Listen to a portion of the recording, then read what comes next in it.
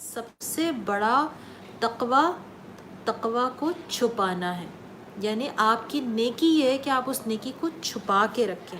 جب آپ کا قلب جاری ہوتا ہے تو پھر اگر آپ کسی محفل میں خاموش بھی بیٹھے ہوں تو آپ کا قلب پڑھ رہا ہوتا ہے۔ ذکر جہری اور ذکر خفی کے بارے میں، یعنی ایک ہوتا ہے ذکر بلند اور ایک ہوتا ہے ذکر خفیہ طور پر۔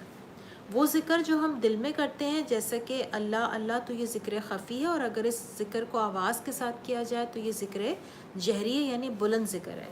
کچھ لوگ جبری انداز میں نفی اثبات کی ضرب لگاتے ہیں، جبکہ کچھ خفی انداز میں یہ ذکر کرتے ہیں۔ ان کا منہ بند ہوتا ہے لیکن اس کے باوجود ایک آواز اندر سے آتی ہے، اسے قلب کا جاری ہونا کہتے ہیں۔ یہ کچھ صوفیزم کی طرف ان کا اشارہ ہے۔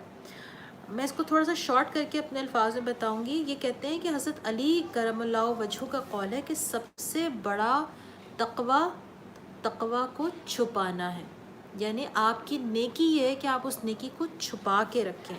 جب آپ کا قلب جاری ہوتا ہے تو پھر اگر آپ کسی محفل میں خاموش بھی بیٹھے ہوں تو آپ کا قلب پڑھ رہا ہوتا ہے۔ تو رفتہ رفتہ یہ چیز ایک نمائش بن جاتی ہے۔ تو کہنے کا ان کا مقصد یہ ہے کہ میں ان شارٹ اس کو دیکھوں تو آپ نے جو آپ کا ذکر ہے نا، اس کو آپ خفیہ طور پہ کریں تو اچھا ہے۔ اچھا، آپ بعض لوگوں کو غور سے دیکھیں تو وہ کسی محفل میں بیٹھ کے اپنے ہاتھوں میں تسبیح پڑھتے رہتے ہیں اور باقاعدہ تسبیح لے کے بیٹھے ہوتے ہیں۔ ہم کسی کی طرف کامنٹ نہیں کریں گے، ہم کسی کے بارے میں کوئی ججمنٹ کراس نہیں کریں گے۔